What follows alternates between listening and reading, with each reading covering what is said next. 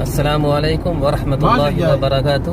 یہ ہمارے ساتھ جو ہے سوڈان کے ایک ساتھی ہیں، ہم آپ کو ان سے ملاتے ہیں۔ اخی انا یوٹیوبر انت مرحبا لمشاهدينا۔ هلا والله السلام عليكم۔ ما اسمك؟ انا اسمي محمد، ان کا نام محمد ہے، السودان من سودان سے بتا رہے ہیں۔ جزاک اللہ اللہ۔ اب ہم لوگ طائف کے سفر میں جا رہے ہیں، جہاں پر نبی کریم صلی اللہ تعالی علیہ وسلم نے دین کی دعوت دی، اور وہاں کے لوگوں نے اولاً تو ان کو اپنے شہر سے نکال دیا اور ان کے پیچھے اوباش لڑکوں کو لگا دیا، اور یہاں تک کہ آپ صلی اللہ علیہ وسلم کو مجنون، دیوانہ اور پاگل کہا گیا، اور آپ صلی اللہ علیہ وسلم کو اس قدر پتھر سے مارا گیا کہ آپ کے چادر مبارک اور کپڑا مبارک جو ہے وہ خون سے لہو لہان ہو گیا۔ راوی لکھتے ہیں کہ ان کے خادم نے کہا کہ کپڑا جو ہے بدن سے خون سوکھنے کے بعد چپک گیا تھا، اس قدر خون بہا تھا۔ جوتی مبارک جو ہے وہ بھی خون بہنے کی وجہ سے لہو لہان ہو گیا اور خون سوکھنے کے بعد چپک گیا۔ آج ہم اسی شہر کی طرف جا رہے ہیں جب فرشتوں نے آ کر کے نبی پاک صلی اللہ تعالی علیہ وسلم سے کہا کہ اگر آپ حکم دیں تو اس شہر کے دونوں جانب جو پہاڑی ہے ہم ان دونوں پہاڑوں کو ملا دیں، یہ بیچ میں پس جائیں گے، لیکن نبی پاک صلی اللہ تعالی علیہ وسلم رحمت للعالمین ہیں، انہوں نے فرمایا کہ نہیں ایسا مت کرو، ہو سکتا ہے کہ یہ ایمان نہ لائیں لیکن ان کی نسل ایمان لائیں گے، اسلام میں داخل ہوں گے۔ اور ایسا ہی ہوا کہ ایک دن پورا طائف شہر اسلام میں داخل ہو گیا۔ اسی شہر کا دیدار کرنے جا رہے ہیں۔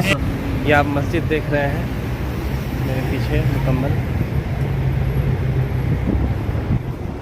بہت بڑی مسجد ہے ماشاءاللہ۔ یہ مسجد میں داخل ہونے کا گیٹ ہے، لکھا ہے بابو عبداللہ ابن عباس، حضرت عبداللہ ابن عباس رضی اللہ تعالیٰ عنہ کے نام پر ہے۔ اور یہ مسجد کا اندرونی حصہ ہے، یہ محراب ہے، بہت ماشاءاللہ خوبصورت ہے، اور مسجد بہت ہی بڑی ہے، بہت عالی شان ہے۔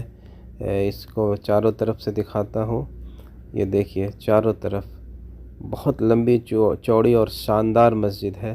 یہ حضرت عبداللہ ابن عباس رضی اللہ تعالیٰ عنہ کے نام پر رکھا گیا ہے، جو طائف میں ہے۔ ابھی ہم لوگ مسجد عبداللہ ابن عباس سے نکلے ہیں۔ حضرت عبداللہ ابن عباس کون ہے تو مختصر ان کی ایک تاریخ بیان کرتے ہیں کہ حضرت عبداللہ ابن عباس یہ رسول اللہ صلی اللہ تعالی علیہ وسلم کے چچا زاد بھائی تھے، اور ایک طرح سے وہ آپ صلی اللہ تعالی علیہ وسلم کے بھانجے بھی ہوئے، یعنی حضرت میمونہ رضی اللہ تعالی عنہ یہ حضور صلی اللہ علیہ وسلم کی زوجہ تھی، آپ کے نکاح میں تھی، اور حضرت میمونہ جو ہے وہ حضرت عبداللہ ابن عباس کی خالہ ہوئی، تو اس اعتبار سے حضور اکرم صلی اللہ علیہ وسلم خالو ہوئے۔ ان کی خصوصیت بیان کر رہے ہیں کہ حضرت عبداللہ ابن عباس بہت چھوٹے تھے، تقریباً 10 سال سے بھی کم کی عمر میں تھے، اور حضور اکرم صلی اللہ علیہ وسلم اس دنیا سے رخصت فرما گئے، اور حضرت عبداللہ ابن عباس کو نبی کریم صلی اللہ علیہ وسلم نے دعا دی تھی ان کے سینے پہ ہاتھ رکھ کر کہ اللہ ان کے لیے علم کے دروازے کھول دے، تو اللہ تعالیٰ نے انہیں اتنا بڑا مفسر اسلام بنایا، قرآن کا مفسر، جنہیں رئیس المفسرین کہا جاتا ہے، یعنی قرآن کے مفسروں کے سردار، یہ حضرت عبداللہ ابن عباس تھے۔ اور ایک واقعہ ان کے علم کا یہ بیان کیا جاتا ہے کہ حضرت عمر فاروق رضی اللہ تعالیٰ عنہ کا دور تھا، اور حضرت عمر فاروق رضی اللہ تعالیٰ عنہ اپنے مشورے میں ہمیشہ حضرت عبداللہ ابن عباس کو موجود رکھتے تھے، تو دیگر بڑے بڑے صحابہ تھے، بڑے بڑے عمر رسیدہ صحابہ تھے، تو بعضوں کو یہ مطلب کوئی سوال تو نہیں کرتا، لیکن چہرے سے معلوم ہوتا کہ یہ چھوٹے سے بچے کا ہمارے درمیان، ہمارے میٹنگ میں، ہمارے مشورے میں اس چھوٹے سے بچے کا کیا کام، انہیں حضرت عمر رضی اللہ تعالیٰ عنہ اب اتنا قریب کیوں رکھتے ہیں۔ تو ایک دفعہ حضرت عمر رضی اللہ تعالیٰ عنہ نے ایک سوال کیا، تمام کو بٹھایا اور سوال کیا کہ آپ بتائیں سورۃ الفتح یعنی اذا جاء نصر اللہ والفتح اس آیت سے کیا سمجھ میں آتا ہے؟ تو دیگر تمام صحابہ نے اس کی تفسیر شروع کی۔ کیا تفسیر کی؟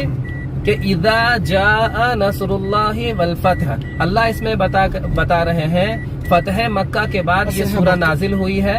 جاء نصر اللہ، اللہ کی مدد بھی آ گئی اور فتح بھی ہو گیا. وَرَأَيْتَ النَّاسَ يَدْخُلُونَ فِي دِينِ اللَّهِ أَفْوَاجًا، اللہ رسول پاک کو کہہ رہے ہیں کہ اور آپ دیکھ رہے ہیں کہ لوگ جوگ در جوگ، جماعت در جماعت، قبیلہ در قبیلہ، شہر در شہر آ کر اسلام قبول کر رہے ہیں. تو اب کیا کرنا چاہیے؟ فسبح، تو آپ کیا کریے کہ فسبح، اللہ کی تسبیح بیان کیجئے. فسبح بحمد، اور تحمید یعنی تعریف بیان کیجئے. فسبح بحمد ربک واستغفر، اور مغفرت طلب کیجئے اللہ سے. انہ کان توابا، بے شک اللہ تعالیٰ توبہ قبول کرنے والے ہیں. یہی اس کا مطلب بیان کیا کہ فتح مکہ کی خوشخبری ہے. آپ یہ کریے، استغفار کریے، تحمید کریے، اللہ کی بڑائی بیان کریے. یہ تمام صحابہ نے کہا. لیکن حضرت عمر رضی اللہ تعالیٰ عنہ نے حضرت عبداللہ ابن عباس سے پوچھا کہ آپ بتلائیں کہ آپ اس سورہ کا کیا مطلب سمجھتے ہیں. تو حضرت عبداللہ ابن عباس نے کہا کہ اس سورہ میں یہ خبر دی جا رہی ہے کہ حضور صلی اللہ علیہ وسلم اب ہمارے درمیان چند دنوں کے مہمان ہیں اور ہمارے درمیان سے جانے والے ہیں. تو سب ہکے بکے رہ گئے، اتنا چھوٹا سا بچہ یہ کیسے کہہ رہا ہے. تو انہوں نے کہا کہ نبی کو اس دنیا میں بھیجنے کا جو مقصد ہے وہ ہے دین کو لوگوں تک پہنچا دینا، جیسا کہ کما حقہ ہمارے نبی پاک صلی اللہ علیہ وسلم نے ہم تک دین کو پہنچا دیا. اور جب دین مکمل ہو گیا، الیوم اکملت لکم دینکم واتممت علیکم نعمتی ورضیت لکم الاسلام دینا، اللہ نے اعلان بھی کر دیا کہ ہم نے دین کو مکمل کر دیا حضور پاک صلی اللہ تعالی علیہ وسلم کے ذریعے سے. تو جب دین مکمل ہو چکا تو اب نبی کا کام ختم ہو چکا.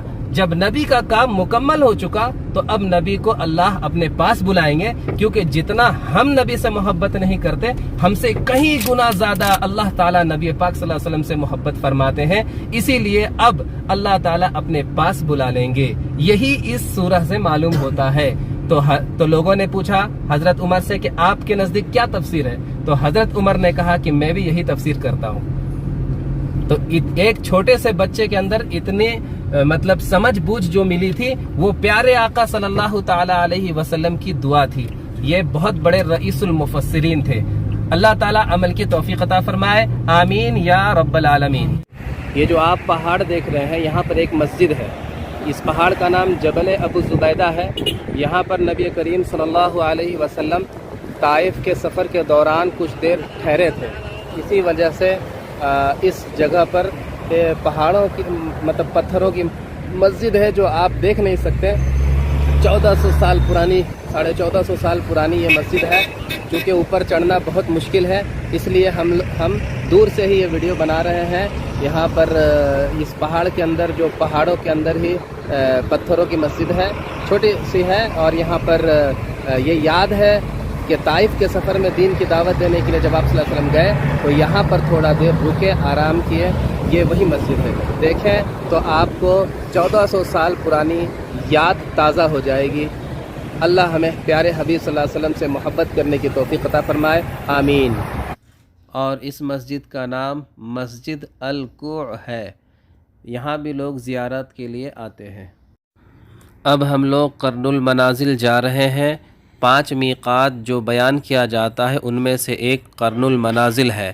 اور قرن المنازل میں واقع یہ مسجد ہے، اس کا نام بھی قرن المنازل ہے. یہاں لوگ آتے ہیں. یہ جو نظر آ رہا ہے یہ باہر کا حصہ ہے.